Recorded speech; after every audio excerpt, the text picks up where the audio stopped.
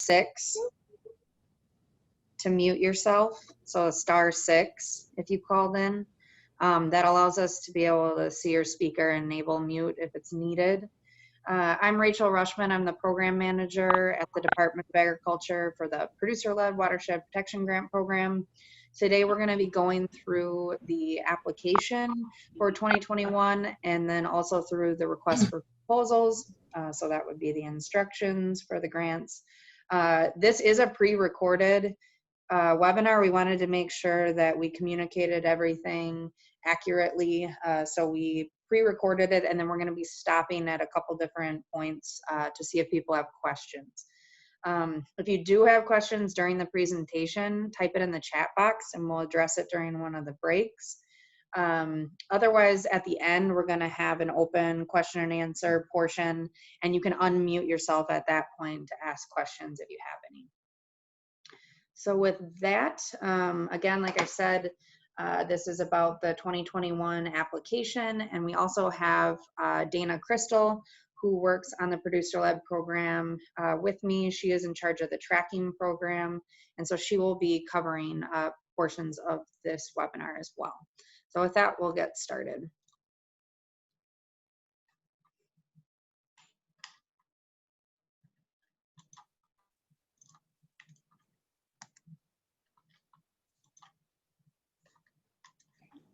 I'm not going to go through the history of the grant program during this presentation. This presentation will specifically be to talk about what is in the request for proposals and what we are looking for in applications this year.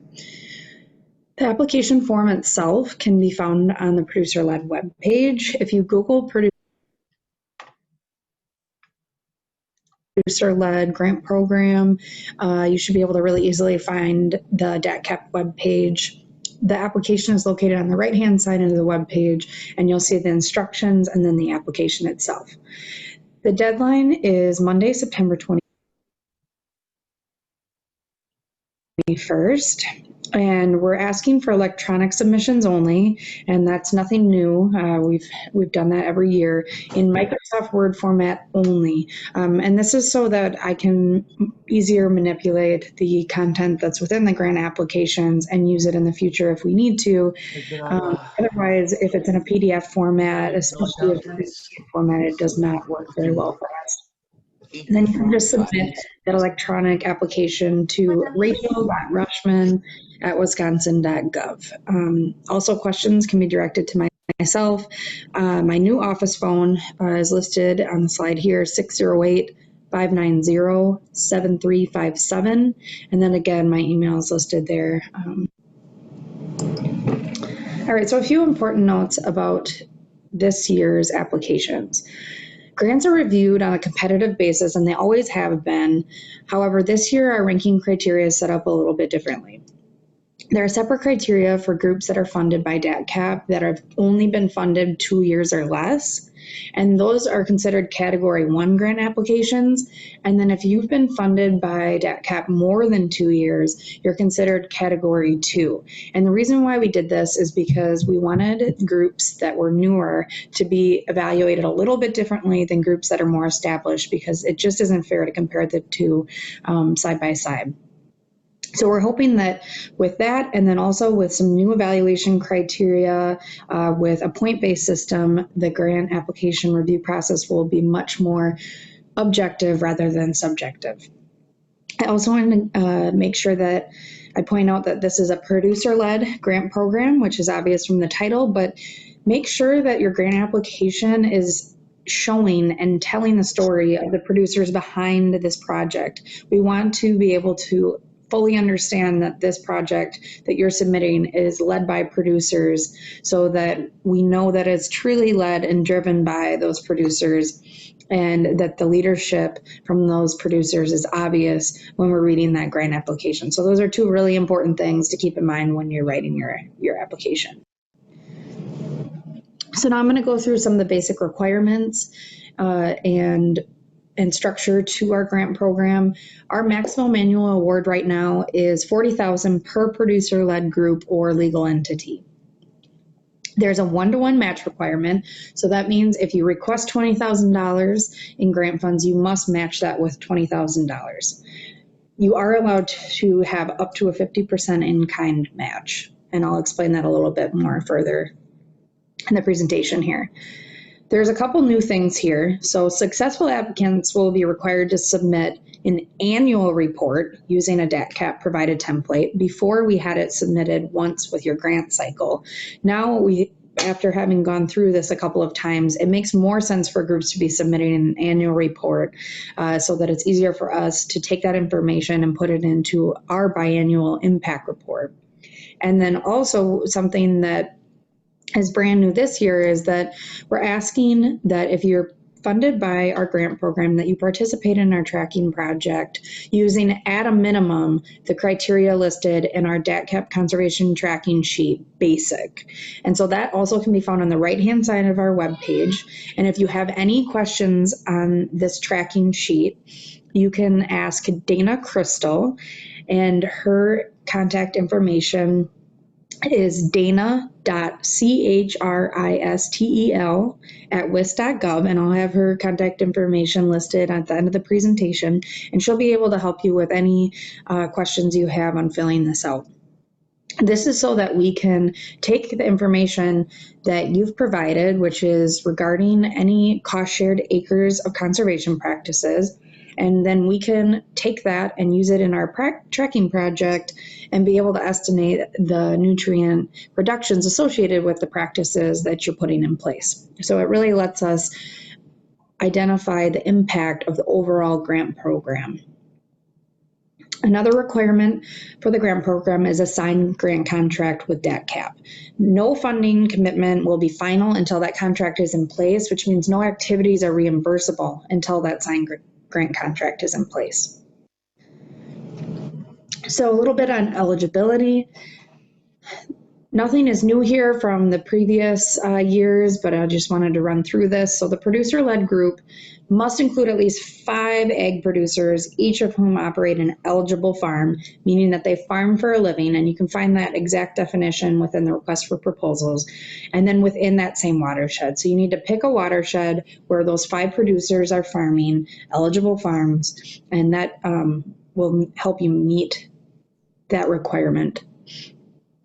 So then the next requirement is that you must enter a memorandum of understanding with either the Department of Natural Resources, so DNR, your county land conservation committee, or a local land conservation department, which could be your local county land conservation staff, the University of Wisconsin Division of Extension, which could be UW Discovery Farms, or a nonprofit conservation organization. And that definition for that can also be found in the request for proposals.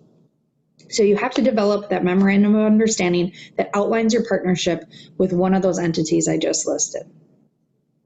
Then the group themselves and the other producers in the watershed that the group gets involved must conduct voluntary non-point source water pollution abatement activities. So that's looking at conservation activities that reduce non-point runoff from farm fields and overall improve the water quality of that watershed. The group contributes matching funds at least equal to, but not less than, the amount requested. So like I said, the 1-to-1 match, and that match can be up to 50% in kind, which means staff time, farmer time, things like that. Okay, so what we fund. There are way more details in the request for proposals, but I just wanted to briefly go over in general things that we commonly fund. So for a producer-led group, a lot of groups, almost all of them, conduct outreach and education events. This could be field days, conferences, workshops, nutrient management trainings. The point of these events is to get more farmers educated and involved in conservation activities.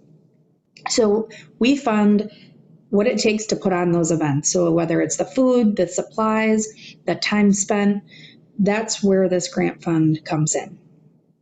We also fund research or on-farm trials. So a lot of groups have cover crop test plots. They're working on nitrogen use efficiency research, long-term demonstration plots. And so that's something that these grant funds can be used for as well. Another big thing that we fund are incentive payments for practices. So each group can structure their own cost share program and identify which practices they want to fund, at what dollar amount, what the max acreage per farmer is, etc.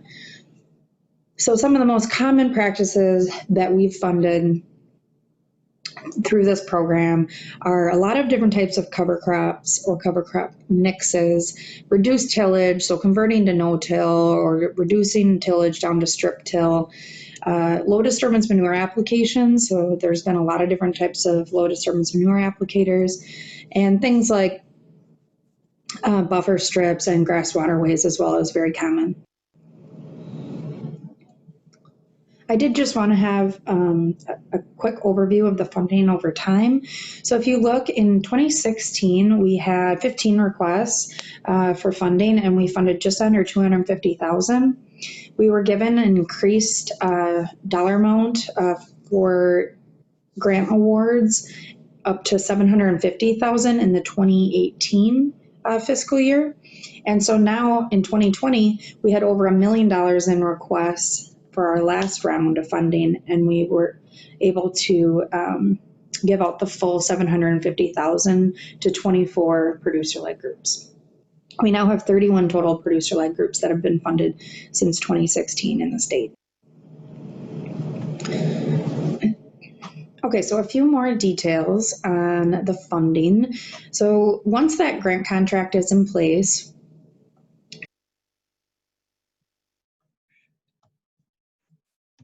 the funding becomes available January 1st, 2021, and it's available until December 31st, 2021.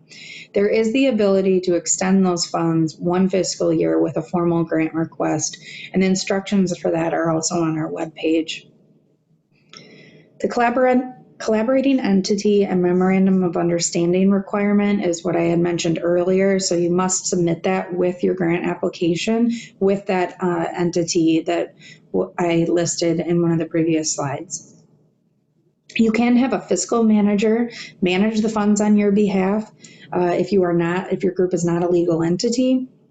And so that's definitely an option, and that fiscal manager does not need to be the same entity that you sign that memorandum of understanding with.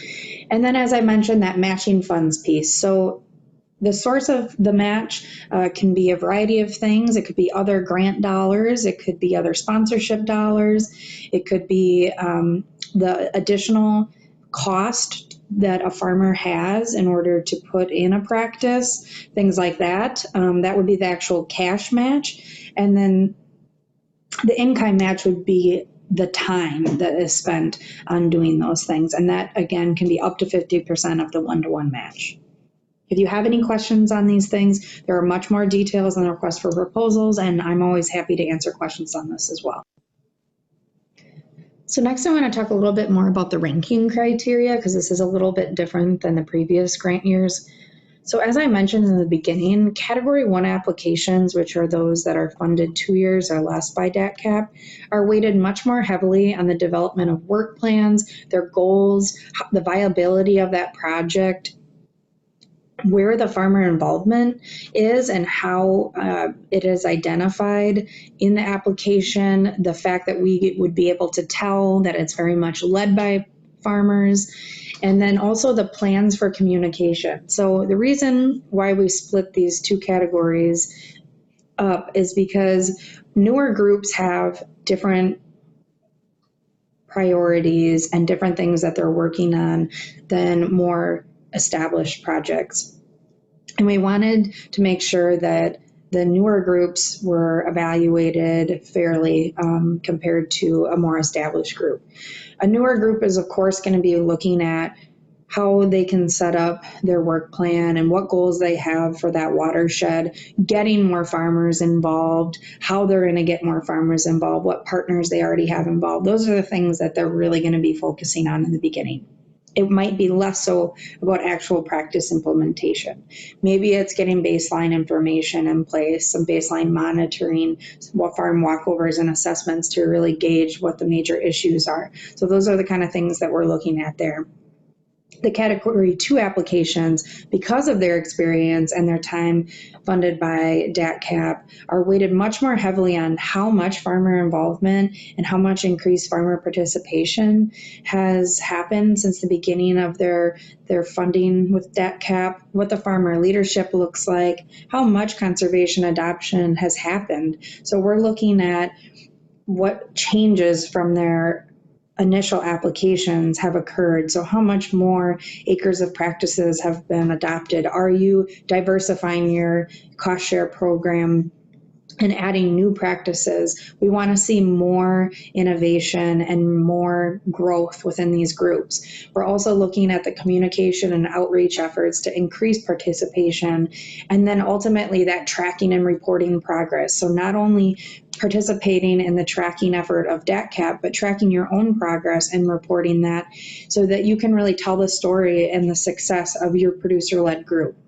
I also want to say that please look at the point system that we've developed that's within the request for proposals on this ranking criteria, and make sure that when you're writing your application that you are identifying all those things that are listed in the evaluation criteria and you're answering those questions to make sure that we are able to read that evaluation criteria and say, yep, they definitely answered that in their application. So that is something, basically a double check that you would go through once you're done creating your application, is making sure that all of the evaluation criteria is checked off and that you're really identifying all of that in your application. So for reporting requirements, like I mentioned, there will be the annual report using that DATCAP approved template that's on our website.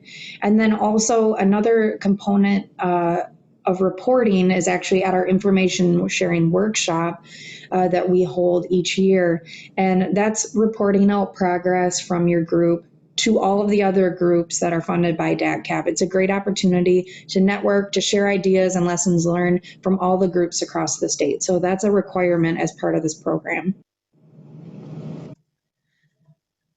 All right, so with that, I'm gonna just take a quick break, and if you wanna either type in the chat or if you wanna unmute yourself, if you have any questions, we can take a couple quick questions if you have them right now. Otherwise, we'll continue on and get into the tracking part of the presentation.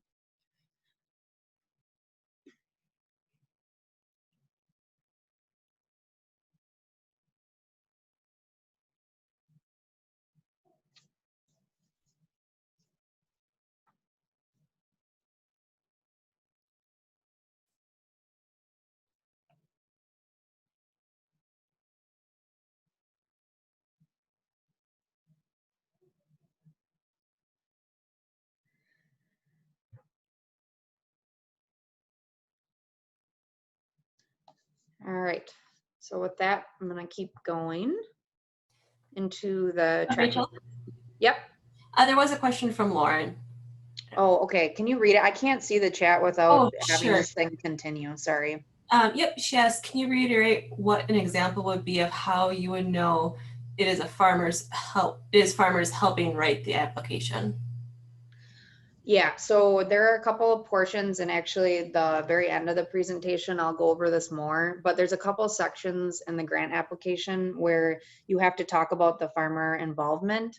And particular when you're listing out the farmers, there are a couple of different questions now in the application that are actually asking questions directly to the farmer. And I would say as a reviewer, it's very obvious when someone else wrote the answer for the farmer and it's a more scripted response versus the farmer actually answering those questions and talking about why they want to participate and be involved.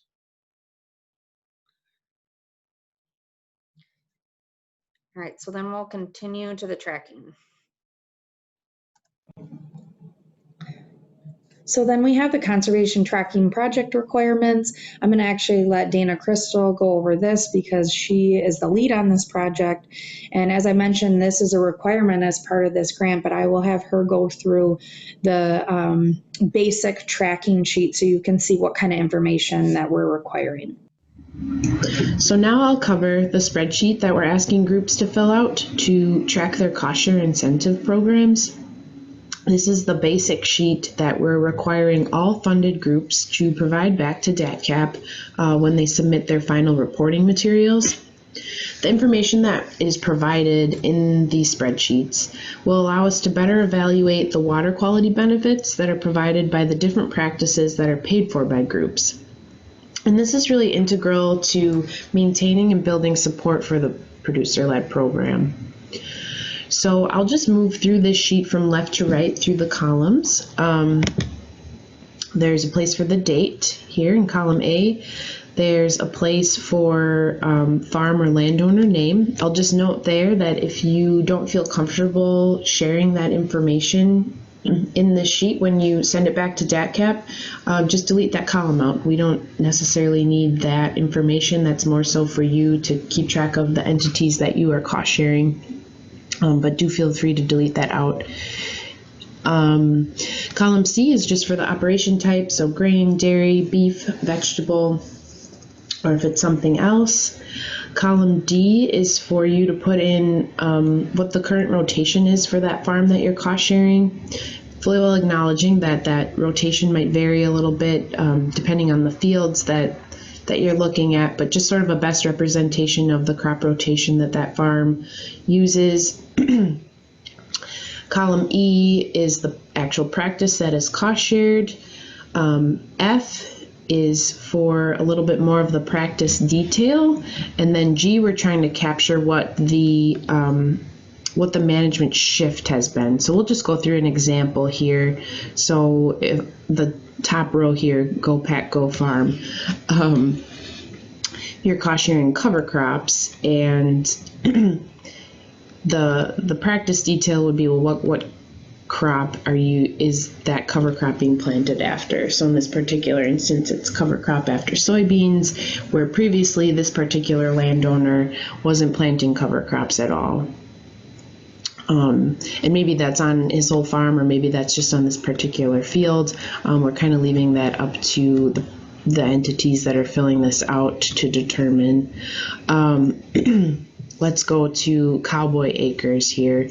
So the practice that's cost shared is reduced till, no till. So the shift was from a vertical tillage implement to no till.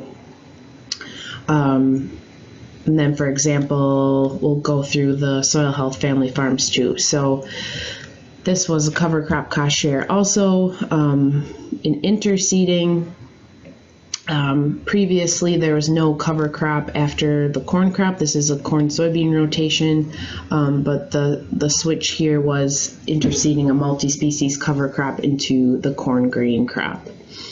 So we're asking for just a little bit more detail on the particular practices that are being cost shared, because this is just really going to add a little bit more robustness and strength to the evaluations that we can do, and just provide better estimates of the different water quality benefits that this program is providing to the state of Wisconsin. So in column H and I, these are a little bit different. So we fully will acknowledge that a lot of the farmers that groups are working with on a particular practice, they might be planting many more acres than they're actually receiving cost share payments for. So if you are aware of that information, if you know that a farmer has planted 500 acres of rye after their beans or something like that, but they're only receiving cost share for 50, that's still really valuable information for us to know, and again, add strength to our evaluation and modeling. So if you have that information, again, we'd appreciate knowing that. And then column J and K, excuse me, those are just to track payments. So pretty self-explanatory there. So this is just a screenshot of the producer-led webpage, just to show you where to find and access these different tracking sheets. So again, there's the basic sheet, which I just went through, but then there's also the advanced sheet. So for those of you who may be interested in getting a little bit more detailed with tracking your incentive programs and doing actual analysis on like a field by field basis, I'd be happy to work with you through that. But otherwise, you can just pull the basic sheet from the webpage here. And then a little bit on the funding distribution and the reimbursement. There's up to a $5,000 max of an upfront stipend allowed when you apply for the grant. So if you apply for $40,000, you can get up to $5,000 of the grant upfront as a stipend payment. The remainder of the grant, though, is only a reimbursement basis. You have to use the DATCAP reimbursement form, which is on our webpage, and you must submit all of the receipts associated with that reimbursement request. You also, with your first reimbursement request, must submit all of the receipts that are also associated with the upfront stipend payment you requested if you did request one. So let me just reiterate that. If you have an upfront stipend payment, you still need to submit all of your receipts. You just need to do it with your first reimbursement that you would be submitting. So even though it's an upfront payment, you still have to submit the receipts for how you spent that funding. Now I just want to go into what makes a group successful, and then I will go through just a couple of examples within the application itself.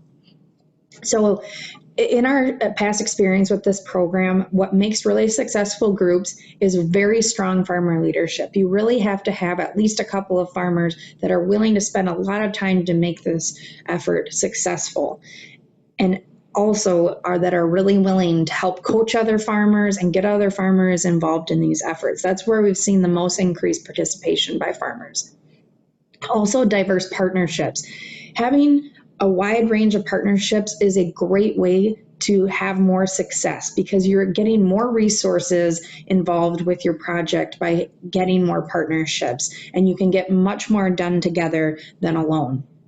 To have diverse funding is really important. Our grant program can only cover what it can cover. And so if you have other projects that you'd like to fund, it's awesome to get other grant opportunities, whether it's local, state, federal, nonprofit, or to get sponsorships from local business and local ag business in order to fund some of those additional projects or events.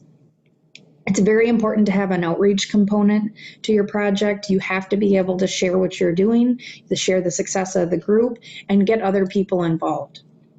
And then, of course, the tracking of progress. We need to be able to share the successes of the individual groups, but also the program overall. And so it's really important that you're tracking the progress of your group, whether it's how many people you've reached, how many events have held, how many acres you've covered, or how many nutrients you've reduced from running off into a waterway. So with that, I'm going to switch gears a little bit, and I'm going to transition over to talking about the application itself.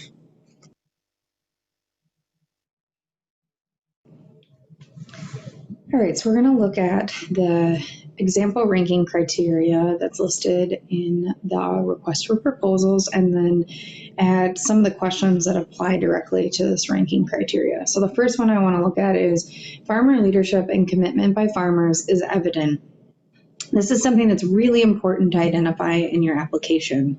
So when we're looking at the question on the application that would apply to this, and this isn't the only question where this ranking criteria would apply, but this is one of them, you're asked to identify what a farmer hopes to learn by participating in this producer-led group.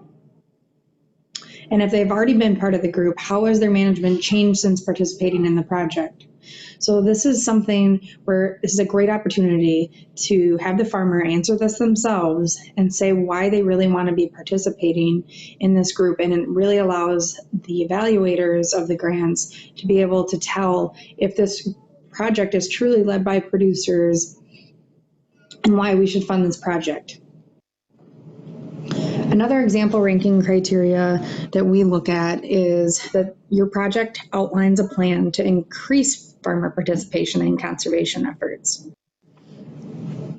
So I'm going to go through one of the questions where you could directly address this. So in the communications and outreach section, it asks, describe how the group will take an innovative approach to conservation education and implementation in 2021. In this question, you want to be very specific about what kind of approaches you're going to take to increase farmer participation. Will it be field days? Will it be one-on-one conversations, shop talks, nutrient management workshops? How are you going to focus your education efforts and your outreach efforts to make sure that you can get more farmers involved? And those are just a few examples of what you could put in that section, but be specific and make sure that we can tell how you're going to reach more producers in your efforts. So those are just a couple of examples of taking the evaluation criteria, making sure you're applying it in your application. And then I would do another double check and make sure once you're done filling out your application that all of those evaluation criteria have been met and you have clearly identified what needs to be identified within those questions in order to meet that evaluation criteria. The other thing I'd like to mention is in the additional information section, if you feel like after you're going through the evaluation criteria that you haven't addressed certain things, please feel free to add information in the additional information section that identifies those criteria. If it's not answered somewhere else in the grant application, definitely answer it in the additional information section. This could be something about what you've learned during your field days, or maybe you're on farm trials, things like that. But keep that in mind. So with that, I hope that this has been helpful and that this will help you to successfully write your grant application. I am always available for questions if you have them, so please feel free to reach out to myself or Dana Crystal, and our contact information is at the end of this slide.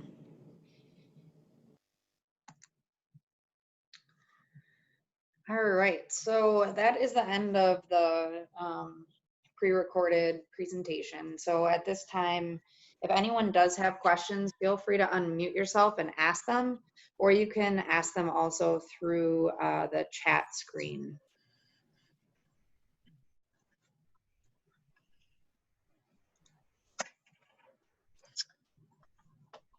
So we have one question that came through. Is there a template or an example of the MOU with the qualifying organization? Yeah, so if you go onto the producer-led webpage, it's a blue button in the center of the page, and it's how to create an MOU. And if you click on that button, it'll take you to a subpage, and that has various resources on how to write a MOU and also a template. And then there was a question, I addressed it in the chat, but I'll bring it up over here as well. But there's a question about if a certain field has received cost share for or has been planting cover crops for multiple years in a row, or doing a conservation practice for multiple years in a row, that column G where we're trying to capture that shift in management, what place there. If there hasn't been a change, then just put in no change, and that's still useful for us, because either way, whether we're tracking or modeling the reduction of phosphorus or sediment, or if we're tracking or modeling the prevention of sediment or phosphorus getting into a waterway, that's still useful. So if the same field is receiving the same practice, that's still useful, because we're still looking at what's being prevented from reaching a waterway, even if it's not a drastic shift in management. So this is Margaret Crum. May I do a follow-up to that one? Which Absolutely. is from a reviewer's point of view. I mean, I've had some of our farmers say that, well, I'm doing cover crops because that's the best thing that I should do, or whatever they might say. But it's, like, the first year I hadn't done cover crops, and now I'm persuaded I should be doing cover crops. So I'm doing cover crops, but I did them last year too. I don't have a new thing that I'm planning to do here. And is there a penalty for that? I don't know quite where the department is on that question. How important is it that a farmer do something different each year?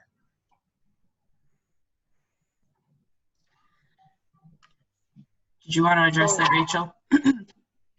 Yeah, so I would say that it's not necessarily important that that farmer would try something different if they already have a good system in place. But maybe working on trying to get more farmer participation from farmers outside of that core group that you're working with would be more important.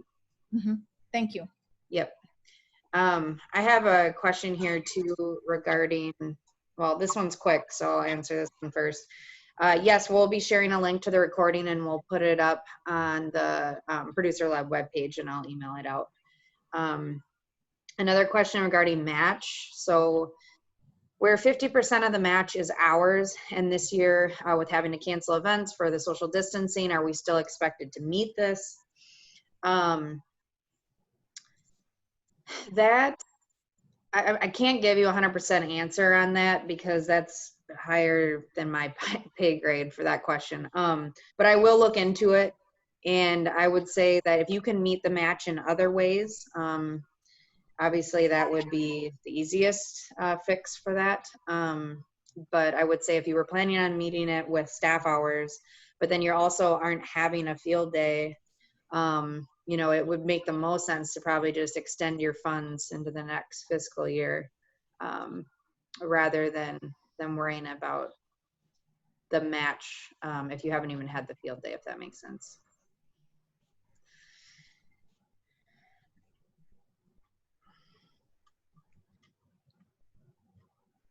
Okay, so then another question, the conservation practice program section asks about incentive payment rates that you guys plan to do. How tied are you to those rates when the next year rolls around? That's very flexible. That's one of those things where fill in the information if you have it.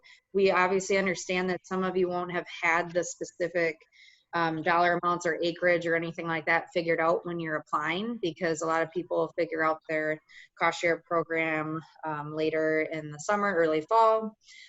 So yes, it's still very flexible. It's just do your best to fill that out, and if you know it, include it.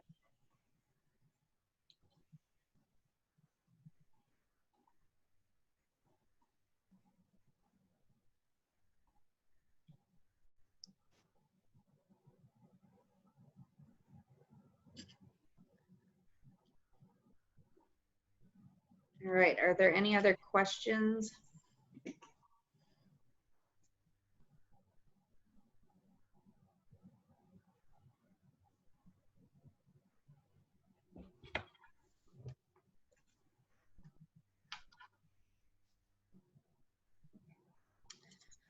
All right, well, I will wrap things up here, and then if people do have questions, please feel free to reach out to either Dana or myself. As I just mentioned, the recording will be on our producer-led webpage, so if you want to go back and look at the PowerPoint, I also can send out the PowerPoint without my recording, so you don't have to go through that twice. I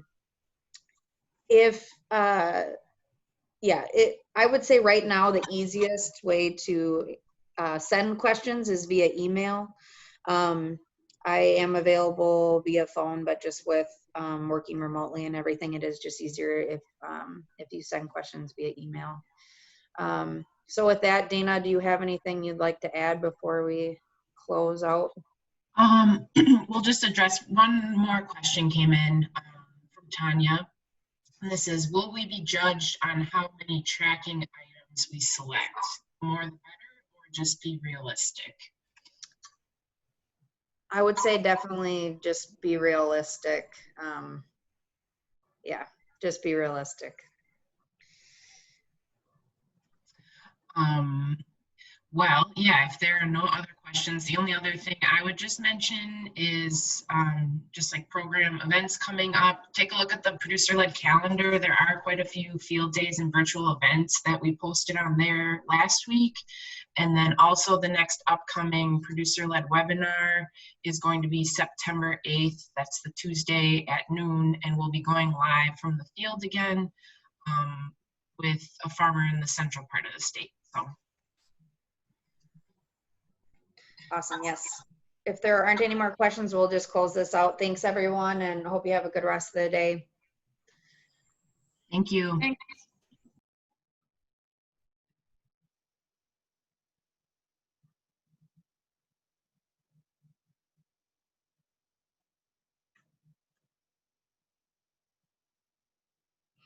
Dana, do you want to hit the record button?